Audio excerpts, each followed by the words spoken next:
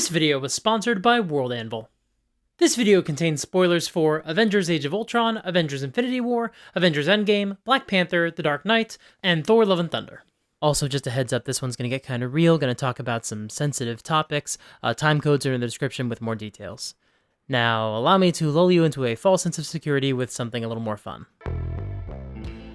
You can rewrite DNA on the fly, and you're using it to turn people into dinosaurs. But with tech like that, you could cure cancer. But I don't want to cure cancer. I want to turn people into dinosaurs. How can you make your villains unreasonable? Why would you want to? And why are some of the best villains less reasonable than you might think? Today's advice is intended to be useful whether you're running D&D games or writing stories or screenplays, but over the past few years, I have seen this question pop up a few times in the TTRPG community. It comes up in live stream chats and in video comments both on my channel and on other D&D YouTubers' channels. The question is usually phrased something like this: I have a problem. My players keep talking my villains out of their evil plans. They always make really great arguments, and I cannot figure out how these villains could justify their positions, so they basically always wind up agreeing with the heroes. And that means we're not getting any of these awesome, satisfying boss fights we're all hoping for, because my players are better at debating than I am. How can I make my villains less reasonable? And despite how often I see this question come around, I don't think I've ever seen anyone satisfyingly answer it. But I think I understand where this issue actually comes from, and I think I can give you some excellent examples to help you solve it in your games. And so that's what we're talking about today. How can we make our villains unable to be convinced to give up their cause? Basically, how can we make our villains more like this guy? If life is left unchecked, life will cease to exist. It needs correction. You don't know that! I'm the only one who knows that. This video topic was voted on by my patrons. I'm getting ready to run another poll in the next couple of weeks to determine the topics for some upcoming bonus videos that I'm adding to my schedule. So if you want the chance to vote when those polls come around, check out the Patreon and support me at $15 a month. But also, I have other great bonuses available at lower levels, and a lot of those same perks are available for YouTube members as well. So if you'd like to be involved in helping choose future videos for this channel, and if you would like to get some other awesome rewards, consider checking out my Patreon. Interestingly, this video appeared on a poll a while ago, so I've known that we were going to get to this topic at the end of this month. And then, just a few weeks ago, completely by happenstance, Ginny D put out a video on kind of a related subject. One of her viewers had a very similar question. My players always try to talk down their enemies, so how can I present at least some villains that my players won't try to negotiate with? So I retroactively think of that video as sort of an accidental part 1 to this video. That video was focused on presenting more villains who are full-on evil, or who are literally unable to change, like constructs. It's a great video, go check it out. In this video that we're making right now, we're going to put the emphasis in a slightly different place. What if you present a villain's plan, and no matter how evil you've made them, your players do still try to point out that their plan doesn't make any sense? How do you stick to your guns rather than have your villains fold under the pressure of a well-reasoned argument? Because ultimately, I think that's the root of the question. When we come up with a villain and their evil plot, we're just one person. You might not be able to anticipate every hole your players will be able to poke in your villain's plan. For example, as we will do many times in this video, let's look at Thanos as our example. He wants to eliminate half of all life in the universe to reduce overpopulation. As we'll discuss later in this video, there are plenty of reasons why this plan is dumb as hell. And if your players were persuasive enough, they might be able to come up with an argument that could dismantle his plan from every possible angle. And when that moment comes where the players confront the villain about their flawed logic, you have a choice. You can have the villain accept that their plan is flawed or doomed and allow them to see the error of their ways. I'm a big enough man to admit when I'm wrong. T'Challa here showed me there was more than one way to reallocate the universe's resources. Sometimes the best weapon in your arsenal is just a good argument. Aye, aye, Commander. We'll talk more about that scene in a bit because it kind of doesn't make sense with the Thanos of the films, but that's also okay sometimes, and we will discuss this later. But depending on the tone of your story, it could be satisfying for your players to dismantle your villain's arguments and reform them. I haven't played the Fallout games yet, but my understanding is that a lot of the villains in those games basically can be convinced that their plan is flawed, and depending on the argument you make, you could persuade them to fully abandon their plan and maybe even their entire cause. However, that might not be a satisfying resolution to that story. It depends on what story you're telling. Black Panther wouldn't be improved by Killmonger realizing that, you know what, he did kind of go overboard after all. The Dark Knight doesn't make any sense if the Joker's plan to blow up the two boats fails, and so he just shrugs and says, well, yeah, dang, I guess I was wrong about human nature. With Thanos, you can't get away with this moment from What If as an ending for Infinity War if he's already been to Vormir with Gamora. So if you believe that the best, most cathartic, most thematic, most satisfying ending for you and your group is for the villain to never be able to admit that they're wrong, then you need to figure out how your villain can shrug off any arguments the heroes might make, even if you didn't think of them in advance. Even and especially when you think your heroes are making an excellent argument. Now, before we talk about the big guy, we're going to look at some non-Thanos examples and see how each of them can shed some light on some different methods of making your villains unable to be talked down and convinced to change their ways. However, because I'm me and I can't help myself, most of these examples will still be from the Marvel Cinematic Universe. And the first technique we're going to talk about today is honestly the easiest. Just have your villain dismiss the rational option. If your players say, hey, why don't you just stop doing evil stuff and do good stuff instead, have the villain give an answer. But here's the secret. It doesn't matter what the answer is. It doesn't matter if the answer makes sense. If you can answer quickly, you can make it seem like your villain has thought about this and like they've already accepted whatever logic would justify this evil behavior in the face of your player's counter-arguments, no matter how flimsy that logic might be. To see this in action, I can actually give you a non-MCU real-world D&D example from a pretty recent game of mine. Slight spoilers for Curse of Strahd for the town of Vallaki, but one of my groups encountered Victor, a teenage mage trying to create a teleportation circle in his parents' attic. He had a habit of mind-controlling one of the house's servants to stand in the teleportation circle as a test subject.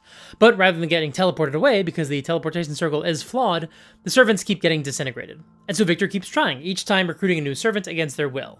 And when he told one of the player characters about this, excitedly showing how close he was to a magical breakthrough, the player asked, hey, if you're going to test this on living things and they might burn to death, why don't you use animals instead of human beings?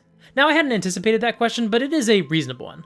Like, the ethics of animal testing is a whole can of worms that's not totally irrelevant to the discussion, but at the very least, I'd imagine most of us could agree it's even less ethical to mind control a peasant who works for your dad and use them as the subject of an experiment that you know might be deadly and they don't. So, I had a few different ways I could respond.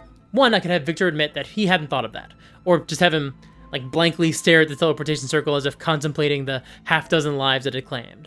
Or perhaps he could insist there's a scientific reason it needs to be tested on humans. After all, he is planning to use it to escape his home.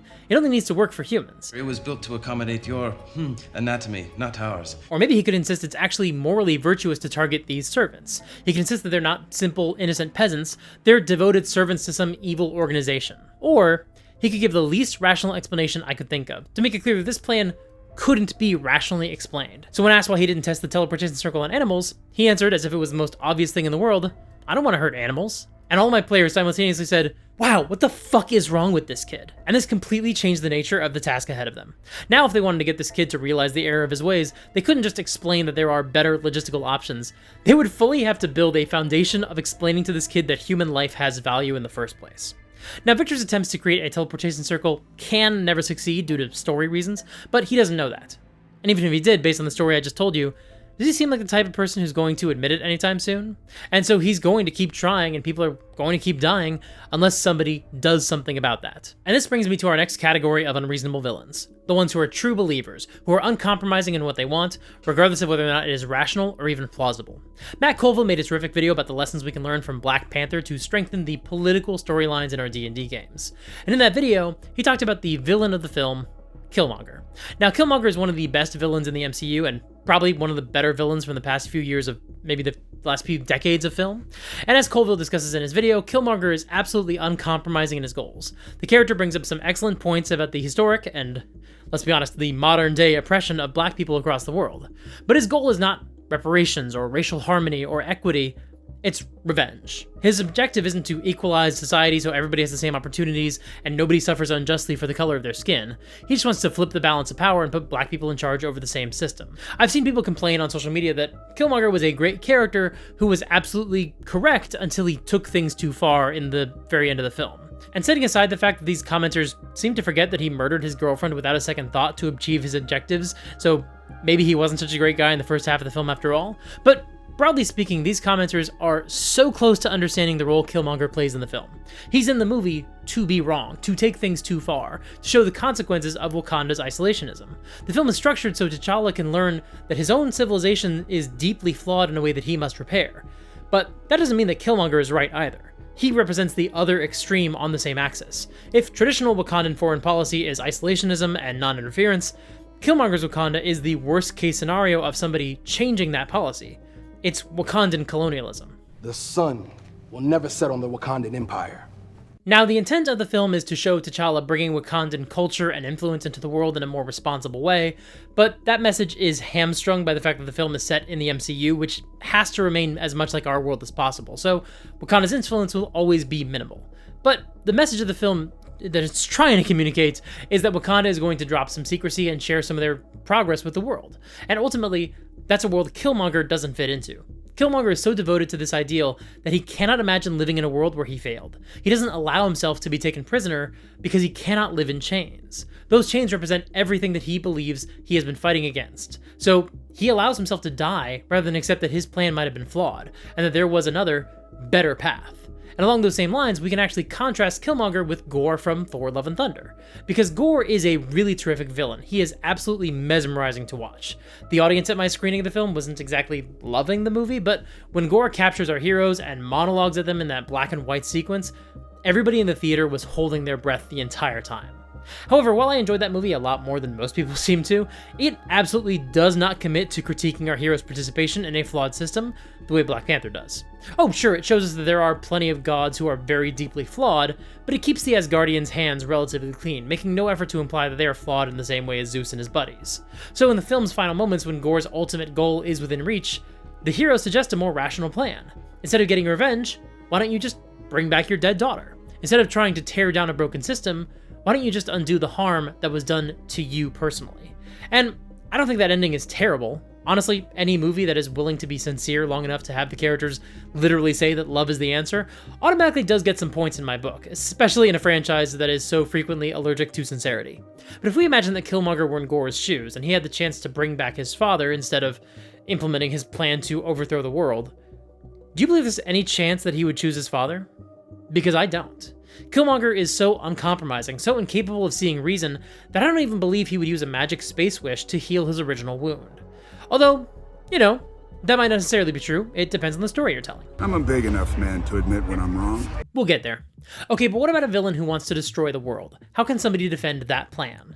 Well, let's talk a little bit about Ultron. Now I know, in a video about unreasonable villains, most versions of Ultron, or honestly any AI who wants to destroy the world, wouldn't make sense to discuss, because those characters are usually absolutely rational to the most extreme degree possible. That's usually the premise of their villainy. Nuclear missile launch in progress.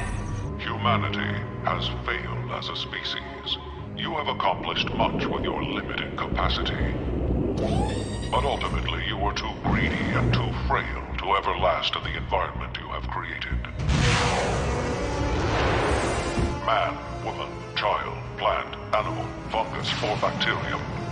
All life will cease to exist. I receive no pleasure in this. It is simply the only solution. But of course, the version of Ultron best known to the most audiences is the one who was deliberately written to be a lot more human, specifically to get away from that emotionless robot trope. People create smaller people? Children. I lost the word there. Your mileage may vary on how successful you found that to be. I always liked this version of Ultron. It was definitely weird. Not all of his lines totally land, and the movie around him is definitely uneven, but it's still a pretty interesting character. And more relevant to our purposes today, he is a true believer in his mission. So what is his plan exactly? I think a lot about meteors, the purity of them. Boom, the end, start again. The world made clean for the new man to rebuild. You, Avengers, you are my meteor, my swift and terrible sword, and the earth will crack with the weight of your failure when the dust settles. The only thing living in this world will be metal. He's going to drop a city onto the planet and obliterate all life and replace humanity with a new race of androids. Well, synthezoids to be accurate. But the first time he discusses this plan, we get one of his most interesting lines in the film. When the earth starts to settle, God throws a stone at it. And believe me, he's winding up. Okay, obviously the reference to God is a curious choice. Ultron uses a lot of biblical imagery in his dialogue. He seems to be deeply religious, and I don't really know what to make of that. It's never really explained or justified, and I don't really know that it adds all that much to the character, so we might have to tackle that another day. But the reference to God winding up is really important to understanding Ultron's evil plan. See, I always assumed it was his way of describing his own plan. After all, he's going to hurl a meteor at the Earth himself, so if there's a line about how we should expect a stone to hit the planet soon, you think it'd be associated with his plan, right? But it's not. That's kind of a note for you, Joss. You don't want to use the same metaphor to describe two different things. It's confusing. Doesn't matter. Your career is over because you were not a good person, so it's kind of moot now. But here's the thing about this scene. When Ultron references the impending meteor, he's not talking about his own plan. He's talking about what he was built to protect the Earth from, the same thing Tony is afraid of. Ultron is talking about Thanos. Now, he obviously doesn't know who that is, but he was built based on Tony's fear of another alien invasion. I see a suit of armor around the world. Sounds like a cold world, Tony. I've seen colder. We're the Avengers. We can bust arms dealers all the livelong day, but that up there, that's the end game. So because Tony fears an alien invasion, so does Ultron. And his solution is to replace humanity with people who will be strong enough to survive that invasion. So to run through his deal again, Ultron has a bunch of reasons why he would be impossible to persuade to see the error of his ways. He got on the internet and decided to destroy humanity, and okay, that's fair. He has a religious belief that he's doing the right thing, I think, and he was literally created to address a fear so intense it was giving Tony panic attacks in his last movie, and Ultron will stop at nothing to make sure that fear never comes to pass. He is a deeply unreasonable character, so no efforts to talk him down can ever lead to his surrender. Now, most of the time the Avengers don't actually try that hard to talk down Ultron, they battle him in spectacular superhero showdowns because that's what people came to see. But in the one scene where somebody doesn't just call Ultron crazy or evil, but actually challenges his plan on a fundamental level, it happens to be my favorite scene in the film. Humans are odd. They think order and chaos are somehow opposites and try to control what won't be. But there is grace in their failings. I think you missed that. They're doomed. Yes. But a thing isn't beautiful because it lasts. It's a privilege to be among them. And how does Ultron respond when somebody actually offers him a chance to defend his position? You're unbearably naive. Ultron just refuses to offer any more justifications. He just puts down the Vision's intelligence, or maybe his wisdom, and gives up. He doesn't change his position, he just gives up on arguing with any more details. Because why bother? If you believe your opponent is unable to open their eyes to the truth you see, it doesn't make any sense to try to keep convincing them. Keep that in mind because we're going to see that type of response again. Well, you'll probably see it in the comments of every YouTube video and Twitter thread ever, but within the context of this video, you'll see another villain use that tactic again.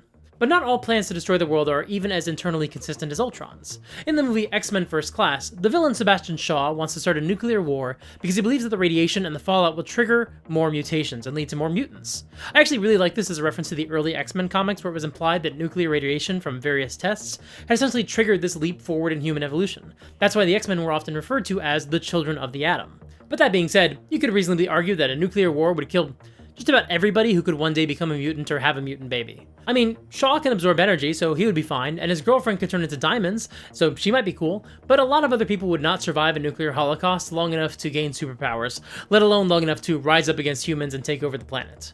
But obviously, Shaw thinks it will work, and he's manipulating the US and Russian governments into a missile crisis near Cuba. So even though his plan would only hurt his own cause, he's probably still going to pull it off if the X-Men don't step in. Now, you might think that that's a problem, if your villain's plan has some sort of huge hole in the logic. But all you've done is further reinforce the fact that this villain cannot be reasoned with, cannot be talked down, and must be confronted in a pitched battle before they can pull off their master scheme.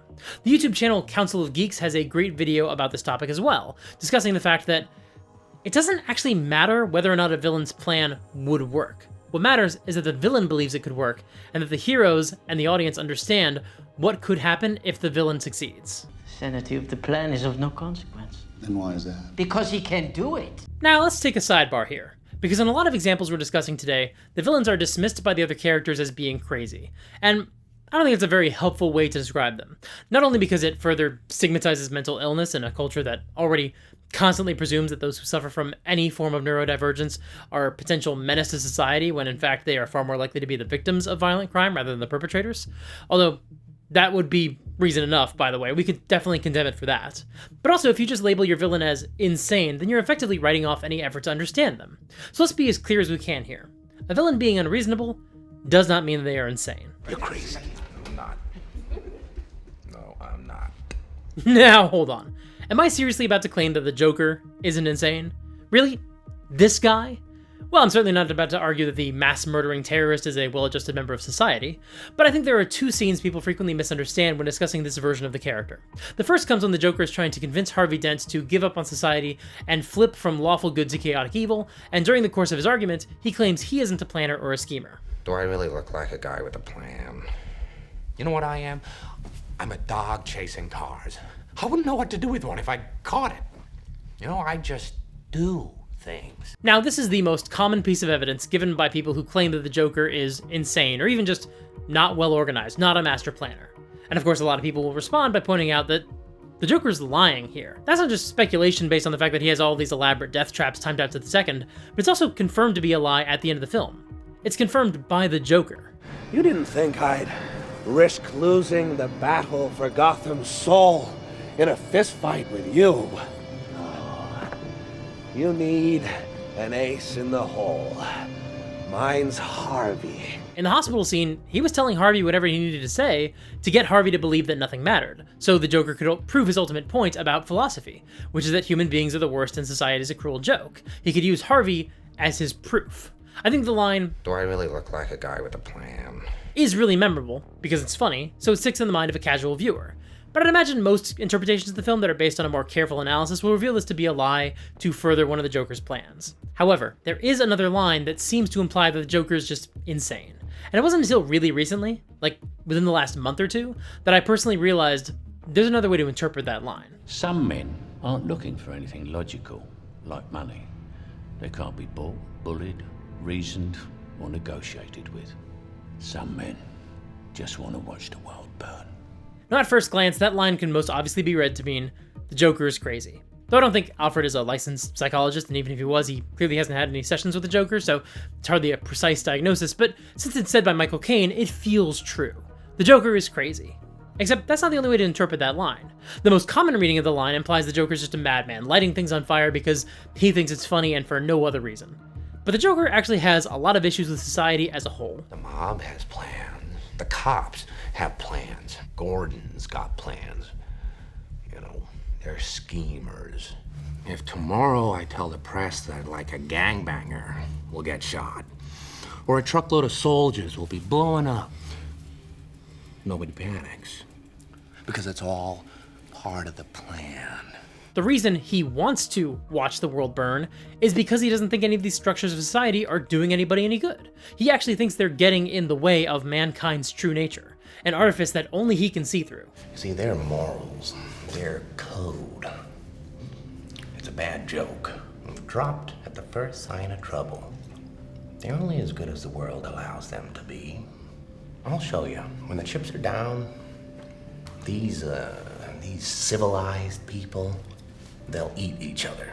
The Joker thinks he's living in a world full of hypocrites, and the only way to expose them is to put them all in a position where their high and mighty ethics are actually put to the test.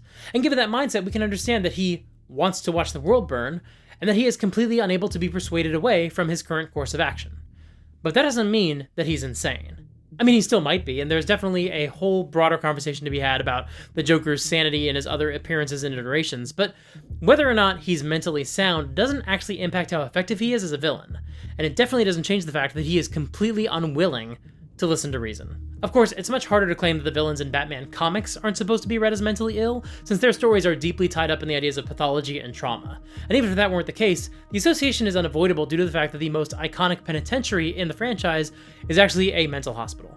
But that's something that we always have to keep in mind. The information we convey to our audience or our players is almost as important as the way we actually convey it. It's hard to remember that the Joker is actually supposed to have some sort of super sanity when A, we don't really understand what that means, and B, he keeps getting locked up in an asylum anyway. How you present this information makes a big difference. But this video's sponsor, World Anvil, can help you when you're trying to convey information to your players or your collaborators. World Anvil is an online resource that you can use to track the details of your world by creating articles for NPCs, landmarks, magic items, monsters, nations, anything you need. And if you're creating a world for a game you're running, World Anvil features a bunch of game systems so you can run your game right through the website, with stat blocks and player resources available through the browser. And if you're writing a novel or short story, World Anvil has a manuscript feature, so you can write through the website while also having your world's details at easy access. And World Anvil is offering a discount to the viewers of this channel. If you visit worldanvil.com/supergeekmike and use the coupon code SUPERGEEK at checkout, you can save 51% off of any annual membership. That is more than half off. That is a fantastic deal. Once again, visit worldanvil.com/supergeekmike and use the promo code SUPERGEEK. Thank you so much to World Anvil for sponsoring this video. And now, at last, it's time to talk about Thanos. I think Thanos might be the best example of an unreasonable villain I can think of, because he tries really hard to make people believe that he's actually very reasonable. Little one, it's a simple calculus. This universe is finite, its resources finite. If life is left unchecked, life will cease to exist. It needs correction. You don't know that! I'm the only one who knows that. At least I'm the only one with the will to act on it. That is my favorite Thanos line from any of the films he appears in, because he makes it so clear that he has tried to convince people about his plan countless times, and he's getting really tired of the fact that nobody understands that he's right.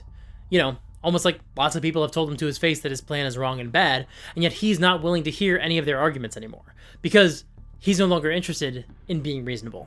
And before we talk about his plan, I want to talk a little bit about who Thanos is, because it's important to me that we establish that Thanos is a liar. He talks a lot about how he has to kill in order to achieve his goals, and we'll dive more into that in a minute when we talk about his plan. But whenever he says that, there's an inherent implication that he only kills in order to further this goal. If he kills you, it's only because he felt he had to, not because he wanted to. The universal scales tip toward balance because of your sacrifice. In all my years of conquest, violence was never personal. But here's the thing, and this might seem obvious to some of you, but it needs to be said. This isn't true. Thanos does not only kill people in order to promote balance. He also kills people who get in his way, or, yeah, sometimes people that he just doesn't like. Now, this may not seem true because he frequently spares the Avengers. He has every opportunity to kill Wanda, and he doesn't. He could kill Tony, and he doesn't. Sure, it's because he gives Doctor Strange his word that he'll spare Tony's life in exchange for the Time Stone, but if Thanos is such a liar, why does he keep his word? Well, because Thanos doesn't seem to be that kind of liar. He doesn't seem to break his vows. In fact, as we see throughout the film, if he says he's going to do something, there's not much that's going to stand in his way. My father is many things. A liar is not one of them. So why am I calling Thanos a liar? Well, because he murders all of the dwarves at Nidavellir. Once they build his gauntlet, he slaughters everyone but Eitri, whose hands he destroys. 300 dwarves lived on this ring. I thought if I did what he asked, they'd be safe. I made what he wanted, and he killed everyone anyway. Why did Thanos do that? Well, the real reason is because the writers needed to be possible for Thor to build a new axe, so Eitri had to be there since he knows how to make the new axe. But it's more dramatic if Thor and Rocket have to do it themselves, so with all the other dwarves dead and Eitri lacking the use of his hands, Eitri can only coach our heroes through the process. The absence of the other dwarves also helps justify the whole place being in disrepair, so that makes the scene more dramatic when one of the mechanisms breaks and Thor has to hold it open himself. And that's actually a valuable lesson as well. Maybe the reason your villain does something that might seem unreasonable is because it better serves the story. Sometimes it really is that simple. But within the narrative, let's look at the fact that Thanos kills all the dwarves except for Eitri and maimed the lone survivor. What does that tell us about Thanos? Well, Eitri seemed to believe that his people would be safe if he did what Thanos wanted. And wherever would he have gotten that idea? Well, either Thanos promised that to him and then backtracked, or Thanos' carefully cultivated reputation preceded him, perhaps literally through another one of Ebony Maw's sermons. Or perhaps Eitri, a rational person, assumed that once Thanos got what he wanted from the dwarves, there would be no reason for him to murder everyone involved anyway. After all, that would just be needlessly cruel, right? Now you might argue that there is a tactical justification for killing all the dwarves and destroying Eitri's hands. After all, Thanos needs a gauntlet, but doesn't want anybody else building another one and going after the stones before him. He doesn't want word getting out about what he's trying to do, or how close he is to achieving his goal. But he could have killed Eitri as well, or captured him and locked him up in case he needed him again in the future, needed his knowledge once again. But instead, he chose to leave Eitri alone with his guilt and his grief. He made it sound like this was some great act of mercy, but in reality, it's just cruelty dressed up to sound merciful. It's Thanos exercising his power over Eitri. You live because I let you live, but you will never again perform the work that brought your life meaning. I'll rob that ability from you. Leaving Eitri alive and alone in the empty halls of Nidavellir isn't a kindness. It's a form of torture. And Thanos would know all about torture because he and his followers do a lot of torture in the film. It happens in the very first scene when he burns Thor with the Power Stone, and of course we also see his gruesome treatment of Nebula later on. And both of these moments are specifically designed to convince one of the victim's loved ones to give up their secrets. And we're not even discussing the way that he abused his kidnapped children, although that sentence alone should tell you that Thanos isn't quite the tragic hero he would have you believe. Oh, and also, he kills his own daughter, which I shouldn't need to tell you is pretty evil. Although the film implies that he really did love her in his own way, which is kind of a bummer. When I first watched the film, I thought that maybe he was going to kill Gamora, and then the Soul Stone would basically say, okay, you failed the test. You clearly cannot be trusted with power. And then maybe Thanos would actually have to fight his way through the protectors to reach the stone, something that he always could have done, yet he simply believed what he was being told about what was and wasn't possible. Sort of like how he expects everyone to just accept what he tells them. It's like a metaphor or something. But no, instead the universe confirms that Thanos really loved his daughter, just in his own abusive way. Maggie Mae Fish made a great video breaking down what a deeply unpleasant message this movie sends when Thanos' love is cosmically approved by some sort of divine power, as well as the uncomfortable way the film says that it really hurt Thanos' feelings to murder his own daughter. You know, he didn't want to do that, but he just had to because he loves her so much. Look, I love Infinity War and Endgame a lot. They're excellent films, but the Vormir scenes are really tough to watch and even tougher to justify. Sometimes the art we love still has some stuff in it that we actually just hate. But returning to the discussion of Thanos' true nature, the film actually tells us right away that Thanos isn't quite so burdened with the responsibility of murder as he might claim. Because after Loki tries to kill Thanos, Thanos murders Loki. And he doesn't need to do this. As he's proven, Loki poses no threat to him. He doesn't believe Loki's lies, which cuts through most of Loki's power in any situation. And as we see, Loki can't even get close enough to hurt him. He's also just about to blow this spaceship to pieces and theoretically kill everyone on board, so there's literally no reason to kill anybody on the ship before that happens. Yet he still picks up Loki by the neck and starts to strangle him. And look at this shot. When Thanos is strangling Loki, he turns his head as if he's daring Loki to say something else. He's toying with him. Or maybe he's turning his ear toward Loki so we can better hear Loki's gasps for breath. But even here, something changes after Loki delivers his final line. Loki gives his last words, and Thanos seems to regard him with some actual anger, and then gives him a condescending smile and snaps his neck. And what changed? What were Loki's last words again? You will never be. Thanos didn't like hearing that, because actually, that's what he wants. He doesn't want to fix the problem he sees facing the universe. He wants praise. I finally rest and watch the sunrise on a grateful universe. Why does the universe have to be grateful, Thanos? If you're the only one who sees the problem you perceive as the most pressing issue in the whole of creation, serious enough that you're willing to kill to solve it, then wouldn't a good deed be its own reward? If you were chosen, that is, by a higher power, if your hand was forced, it seems strange to me that you would get such enjoyment out of it. You enjoyed torturing those people. This doesn't seem in keeping with martyrdom, does it? Now, Thanos has no problem being a martyr. He will die for his cause. But he absolutely is not selfless just because he says he is. And we can see this in Avengers Endgame. When Thanos discovers that the Avengers have found a way to undo his hard work, he revises his plan. I will shred this universe down to its last atom.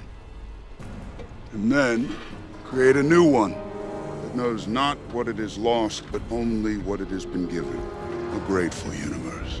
So, when Thanos finds out that his life's work is going to be reversed, and he has the chance to re-examine his plan and come up with a second draft, the only parts of that original plan he keeps are murder trillions of people and have a grateful universe. Because everything else was just a means to an end, a justification. And now we see his god complex laid bare as he proposes restarting the universe with him as the revered creator. That's who Thanos actually is. That's what Thanos actually wants. He wants to be perceived as someone magnanimous, a martyr who is only doing what is necessary to better the universe, at least according to his own idea of what needs to be done. But if we describe him that way, then we're buying into his propaganda. His literal propaganda. You may think this is suffering. No. It is salvation. But that's a lie, meant to mask the bitter truth. Thanos is cruel. Now, all this might seem obvious to you, but you'd be surprised how weird discourse gets around Thanos, so I think we had to establish that baseline. Okay, so now that we've refreshed ourselves on who Thanos is, let's take a look at his plan, to murder half of everybody in order to conserve resources. Because ever since Infinity War came out 6 years ago, people have been poking holes in the logic of this plan. But they've also been trying to understand why Thanos didn't see those holes. After all, Thanos is supposed to be so rational, so enlightened. How can he be pursuing a plan that has such obvious flaws? Isn't that a plot hole? Well, as we'll see, no. It actually makes perfect sense for who Thanos is. An unreasonable, irrational villain. So first, let's go through some of the ways Thanos' plan makes no sense. The films heavily imply that Thanos is destroying half of all life, and that includes animals. This is confirmed in Avengers Endgame when Scott can identify that the Hulk's snap worked, because he can see two birds playing, where I guess those birds had not been before. So if Thanos' snap did eliminate half of all animals, we use a lot of those animals for food, so that is a huge portion of our resources gone. Not a great plan. Losing half of the insects means less plants getting pollinated, and that would ruin crops and obliterate our supply of produce, to say nothing of everything else that we get from agriculture, like supplies that go into our infrastructure, or, you know, the oxygen that plants produce, which could no longer offset the CO2 that we produce. Once again, it's going to make it a lot harder to make those resources last if there are also fewer resources. Not a great plan. Small animals repopulate much faster than larger ones, which would probably go extinct. Without those larger animals, the ecosystem gets thrown out of whack, and in fact, most ecosystems would probably collapse entirely. Not a great plan. And of course, even if none of that happened, even if eliminating half of the population had no impact on the resources, and everybody really did get enough to live on, having the population isn't a permanent solution. For example, if you kill half the population of Earth, you take us back about 50 years, which isn't that long ago. And so that means it would take at most 50 years for the population to reach the same level Thanos thought was so troubling. And that's assuming the birth rate stays the same, which it absolutely would not. Sure, you just lost half the members of any given dating pool, but science and medicine have also advanced in the past 50 years, which means more healthy babies are able to be born. Plus, you've also just given everybody a bunch more resources, right? The primary reason that millennials are having kids so much later in life, assuming they're having kids at all, is primarily because it's too expensive to have kids. But if everybody just gets double the resources now, well then all of a sudden, you've got a lot of people who are able to have kids when they couldn't justify it before. So if those resources are fairly distributed, then you probably would have a baby boom. Not a great plan. Now, according to the writers and directors of the film, this isn't necessarily a deal breaker for Thanos' plan, because his goal is for these populations to help themselves, to learn the lesson he taught them and take this opportunity to strengthen their society and make sure overpopulation will no longer threaten to deplete their resources in the future. Except, he's already gone to other worlds and eliminated half of their population. He was just doing it manually with good old-fashioned analog mass murder, and he claims that it's helped those worlds. Your planet was on the brink of collapse. I'm the one who stopped that. Do you know what's happened since then? The children born have known nothing but full bellies and clear skies. It's a paradise. Okay, so even if we accept that his method has worked for those worlds, and in the past 20 years, their civilization no longer suffers from starvation, now they're going to get cold again, right? When he snaps his fingers, another half of the population will die, even on those worlds. Is that fair? Or is that just simply cruel? Also, on those old worlds, he only seemed to kill the sentient population, correct? He didn't go after the plants and the animals, like we assume he does with the snap. So they're now going to suffer in ways that they didn't because of his analog mass murder approach. Also, none of this is actually the issue that we're having with overpopulation and resource management here on Earth. The scientists warning us about overpopulation are usually a lot more worried about how overpopulation produces more pollution and sends us down the slope toward destroying our own climate. But those resources that people don't have enough of? On Earth, those resources are usually artificially scarce. Genocide. But random, dispassionate fare to rich and poor alike. Well, that sounds like it could work if everybody uses the same number of resources, but I don't know how they did things on Titan, but that is not how it works on Earth. In our world, we know who has the most resources, as in we literally know their names and where they live. And for legal reasons, I'll stress that this is a hypothetical involving space magic, but if a few dozen of them suddenly disappeared, and if their wealth was redistributed among the poorest members of our population, that would actually solve a whole lot of our problems. You wouldn't need to murder billions of people. Honestly, just murdering a few dozen specific people would do the job. Again, purely hypothetically and only through the use of a magic space wish. Only a ghoul would say, well, a mother of 5 in poverty can't afford to feed all her kids, so what if she had fewer kids? And assume that that is the most logical conclusion. That's actually why it's important that the people in charge be involved in taking the resources away from the billionaires through, like, taxes. Because if you instead just randomly eliminate half of all rich people and half of all poor people, it's going to wreak havoc on the economy. I would be very surprised if the remaining rich people didn't just snatch up all the wealth of the dead billionaires and continue to hoard it, or buy up all the empty houses and raise rent for everybody. Or hey, remember when big box stores and huge online vendors started artificially raising their prices over the past few years because they could blame it on inflation? And they're only just now lowering their prices because they realized they priced people out of their products? Imagine what corporations would do if they knew that we all got double the resources. There's a decent chance the snap would simply consolidate the wealth for the rich and make the situation much more dire for the poor. He steals from the poor and gives to the rich. Stupid bitch. He's saying he steals from the poor and gives to the rich. Wait a tick. Blimey, this redistribution of wealth is trickier than I thought. And of course, this brings us to the most common question asked about Thanos. Why doesn't he use the glove to make more resources? Because he doesn't want to. Now that has always been my answer, but Once again, in research for this video, I found that article that quotes the film's writers and directors, and they confirm that Thanos simply is not interested in doubling the resources of the universe. Yes, he has his own justifications, like the idea that he wants the people of the universe to learn from this moment and get it right for the future, but they also point out, Thanos is not a good guy. Titan was like most planets. Too many mouths, not enough to go around. And when we faced extinction, I offered a solution. Genocide. They called me a madman. And what I predicted came to pass. He saw a tragic situation unfolding on Titan, and after his people didn't take his advice, the tragedy he tried to prevent still destroyed his planet. But that doesn't mean that his plan was ever actually going to work.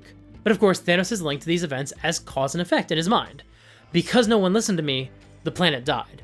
If they had listened to me, the planet would not have died. And all he has to reinforce this belief is the confirmation bias of the worlds he has conquered and culled. The children born have known nothing but full bellies and clear skies. It's a paradise. As Gamora points out, none of this means that his plan was the only way to achieve his stated goal. It needs correction. You don't know that! But I didn't need to find this article to understand why Thanos doesn't try to create more resources.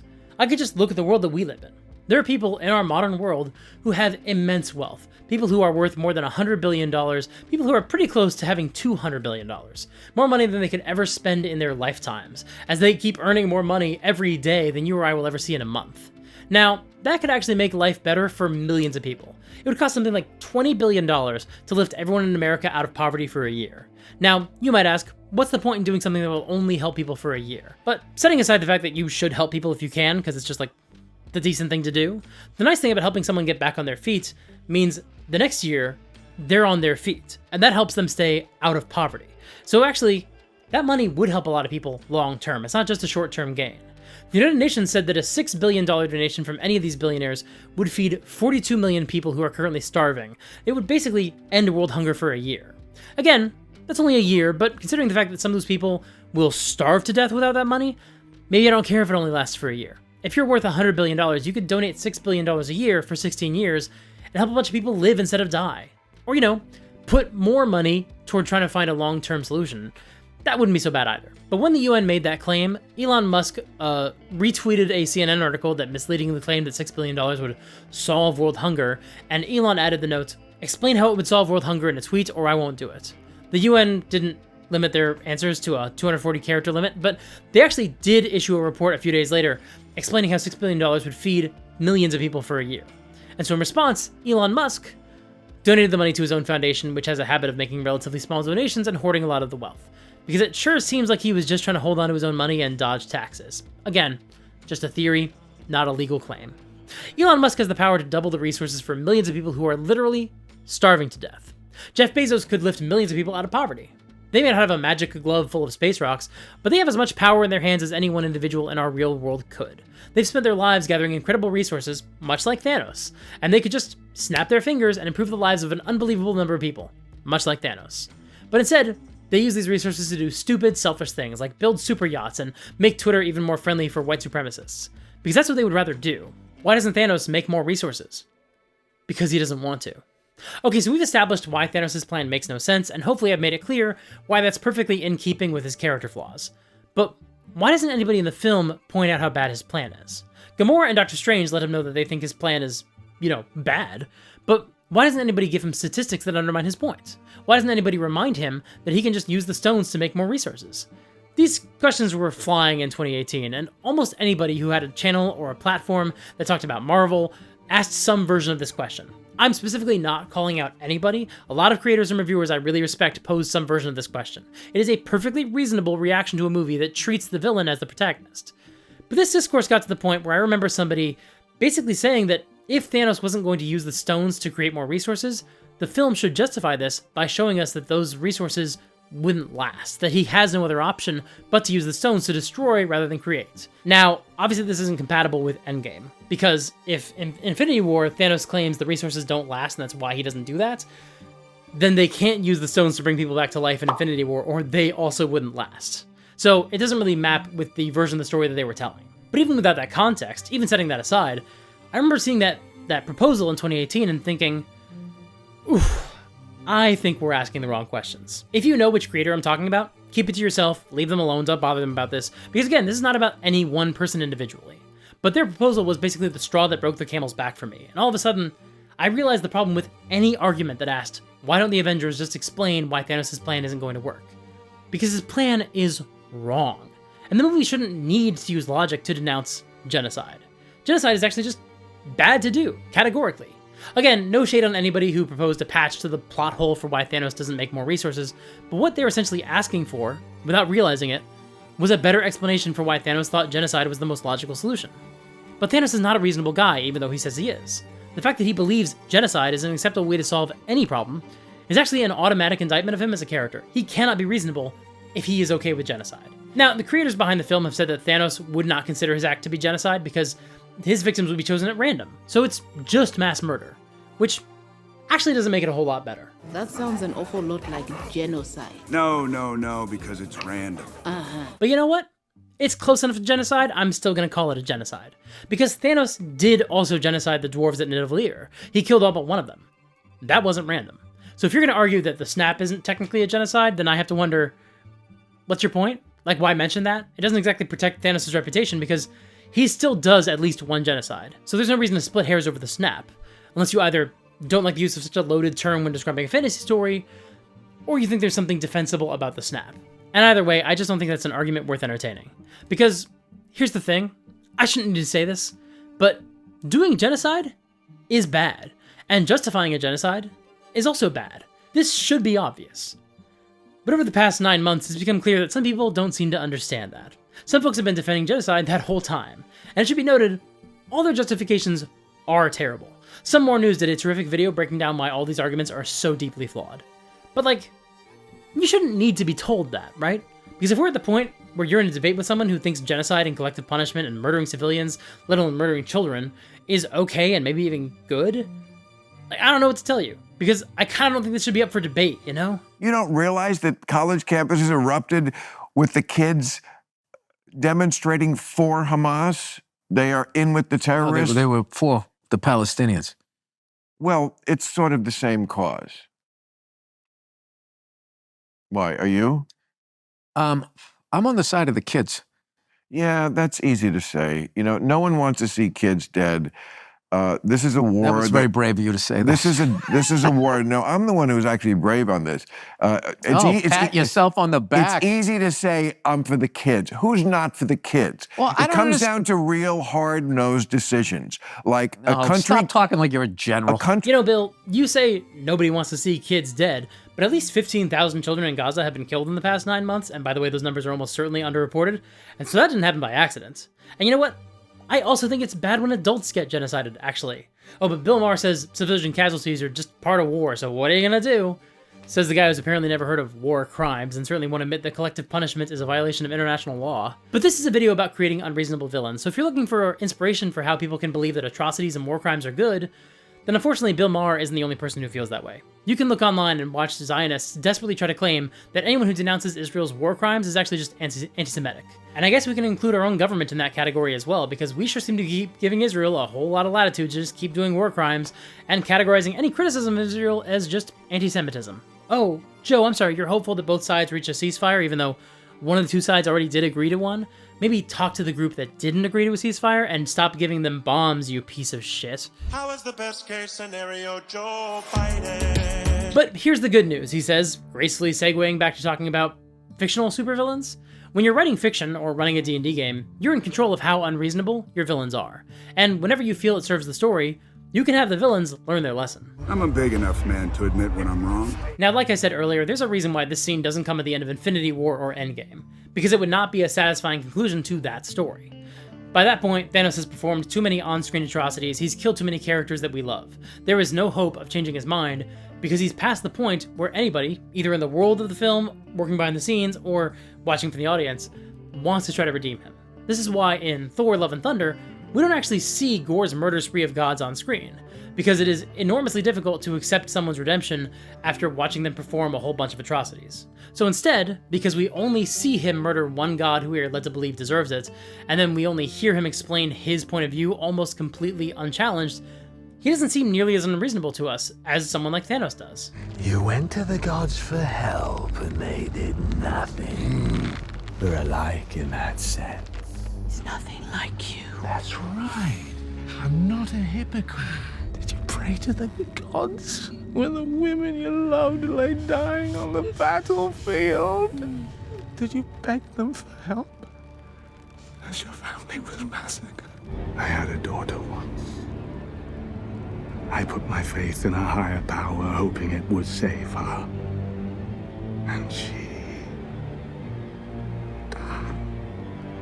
And so when we get to the end of this movie, a redemption arc is actually still on the table, because Gorr hasn't really killed anybody we know, and certainly no one we'd miss. He didn't kill Loki, or Gamora, or Vision, or half the universe including Spider-Man. Gorr still has enough humanity that the heroes can find common ground with him. It's not death or revenge that you seek. What do I seek? You seek love. How dare you turn your back on me? You've won, Gorr. Why would I spend my last moments with you when I can be with her? I choose love. And ultimately, you have to make the judgment call for whether redemption is on the table or not. If it is, then when your players make arguments to try to get the villain to see reason, you can have the villain accept that they've done harm and try to find a path forward. However, if you think your story will have a more satisfying ending if your heroes fight the bad guy, then it's probably in your best interest for your villain to remain unreasonable, unable to be convinced that their plan is flawed or immoral. And if that's the case, then I certainly hope the examples in this video will help you present a compelling villain who your players cannot negotiate with, and so they'll just have to find some way to defeat them. But obviously this is a complex, nuanced topic that maybe brushes up against some controversial real-world subjects, so there is a lot of room here for further discussion. So let me know in the comments, how do you feel about everything we've discussed so far today? Is there anything that you would like to see me expand on in a future video? I cannot imagine this video didn't cover everything that I could think of. Look at the runtime, but I only know whether or not I'm explaining myself well once you watch it and let me know what you think about it. So sincerely, I would love to hear your feedback. In the meantime, subscribe and ring the bell so you can stay up to date with all of my new videos. Normally, I would plug my Patreon here, but I would really like to encourage you instead to make a donation to the Palestine Children's Relief Fund. Hopefully this video features an easy donation option below, but if I can't figure out how that works, then there will still be a link in the description. Sign up for my Discord server to hang out with other awesome people, and join my mailing list to catch my newsletters when I remember to send those out. Those links are all in the doobly-doo below. Check out this video to see the various Dungeon Master's Guide covers across the history of our game, and the lessons we can learn from them. I'm really proud of that video, and a lot of y'all slept on it, so go check it out right now. Until next time, play fair, and have fun.